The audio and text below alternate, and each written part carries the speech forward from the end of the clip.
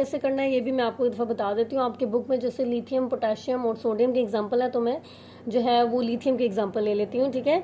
तो आपने लिखना कैसे है, सबसे पहले आपने आंसर लिखना है, और आंसर लिख के आपने लिखना है लिथियम। लिथियम का एटॉमिक नंबर लिखना है जो कि 3 होता है, ठीक है। फिर आपने इलेक्ट्रॉनिक कन्फिग्यूशन करनी है। तो अब सबसे पहले आप हेडिंग देंगे इलेक्ट्रॉनिक कन्फिग्यूशन। इलेक्ट्रॉनिक कन्फिग्यूशन लिखने के बाद आपने इसके इलेक्ट्रॉनिक कन्फिग्यूशन करनी है, ठीक है। तो इलेक्ट्रॉनिक कन्फिग्यूशन में जो चीज़ आपने रफ वर्क पे लिखनी है, लाजमी अपनी नोटबुक पे नोट कर लीजिएगा कि हमारे पास टोटल जो सब शेल्स होते हैं वो S, P, T और F सब शेल्स होते हैं, ठीक है। ये सब शेल्स जो हैं कितने इलेक्ट्रॉन्स को अकोमोडेट करते हैं, S2 इलेक्ट्रॉन्स को अकोमोडेट करता है, P 6 इलेक्ट्रॉन्स को अकोमोडेट करता है, D जो है वो 10 इलेक्ट्रॉन्स को अकोमोडेट करता है, और फ्लोरीन जो है वो 14 इलेक्ट्रॉन्स को अकोमोडेट करता है, ठीक है। जो K होता है उसमें कितने सब शेल्स होते हैं, K के अंदर एक ही सब शेल होता है, ठीक है। सेकंड जो शेल है हमारे पास L, उसके अंदर भी हमारे पास कितने सब शेल्स होते हैं, S और P सब शेल्स होते हैं उसके। ये L वाले एलिमेंट के फर्दर सब शेल्स होते हैं जो कि S और P, ठीक है। उसके बाद D जो हमारे पास सब शेल है, जो थर्ड शेल है, उसमें कितने सब शेल्स होते हैं, S, P, D, ठीक है। उसके बाद जो हमारे पास फोर्थ शेल होता है जो कि है हमारे पास N, ठीक है। इस N में कितने सब शेल्स होते हैं, S, P, D और F, ठीक है। देखिए ये फर्स्ट सब शेल है ना, फर्स्ट शेल है ना K, तो इसमें एक ही सब शेल होगा। सेकंड शेल L है तो इसमें टू सब शेल्स होंगे जो कि हमारे पास S और P है। थर्ड जो हमारे पास शेल है ये फर्दर 3 सब शेल्स में डिवाइड होगा। फोर्थ जो शेल है ये फर्दर 4 सब शेल्स में डिवाइड होगा, ठीक है।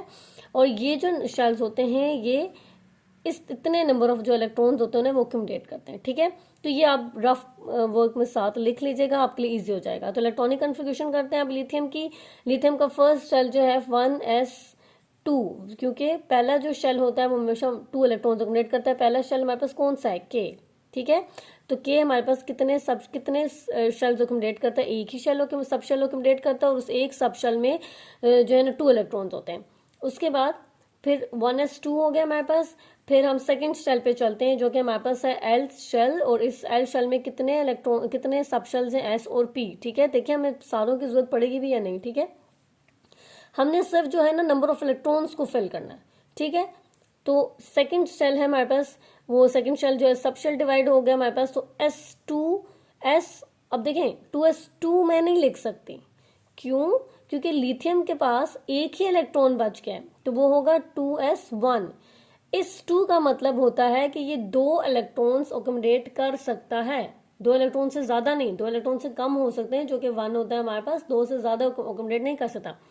इसी तरह जो 6 है वो 6 से कम इलेक्ट्रॉन्स तो हो सकते हैं, लेकिन 6 से ज्यादा इलेक्ट्रॉन्स नहीं हो सकते, ठीक है। तो 2 और 1 क्या होगा, 3। तो हमारे पास क्या इसकी लिथियम की इलेक्ट्रॉन डिस्ट्रीब्यूशन होगी 2 और 1, ठीक है। फिर आपने इसका एटॉमिक स्ट्रक्चर ड्रॉ करना है। एटॉमिक स्ट्रक्चर में सबसे पहले आपने एटॉमिक सिंबल जो होता है वो हमने न्यूक्लियस ड्रॉ करना है, जो कि हमारे पास है प्रोटॉन, जिसमें प्रोटॉन नंबर लिखेंगे, और प्रोटॉन नंबर हमारे पास according to the atomic number होता है वो हमने यहाँ लिख दिया है, ठीक है। साथ में एलिमेंट का सिंबल लिखेंगे L1, ठीक है। उसके बाद हम इसमें देख लेते हैं इलेक्ट्रॉन्स को फिल कर लेते हैं। तो हमने देखा था लिथियम के फर्स्ट शेल में 2 इलेक्ट्रॉन्स होते हैं, तो हमने यहाँ पे 2 इलेक्ट्रॉन्स को ड्रॉ कर दिया, और सेकंड शेल में हमारे पास कितने इलेक्ट्रॉन्स होंगे, 1 इलेक्ट्रॉन ही होगा, तो हमने 1 इलेक्ट्रॉन ड्रॉ कर दिया, ठीक है। तो ये इलेक्ट्रॉनिक कन्फिग्यूरेशन हो गई, ये आपके पास एटॉमिक स्ट्रक्चर हो गया। आई होप आपको ये चीज़ समझ आ गई होगी। अगर किसी भी स्टूडेंट को किसी भी चीज़ में प्रॉब्लम है, लाइक इलेक्ट्रॉनिक कन्फिग्यूरेशन में है या एटॉमिक स्ट्रक्चर ड्रॉ नहीं हो रहा, तो काइंडली मेरे से पूछ लीजिएगा। Thank you so much.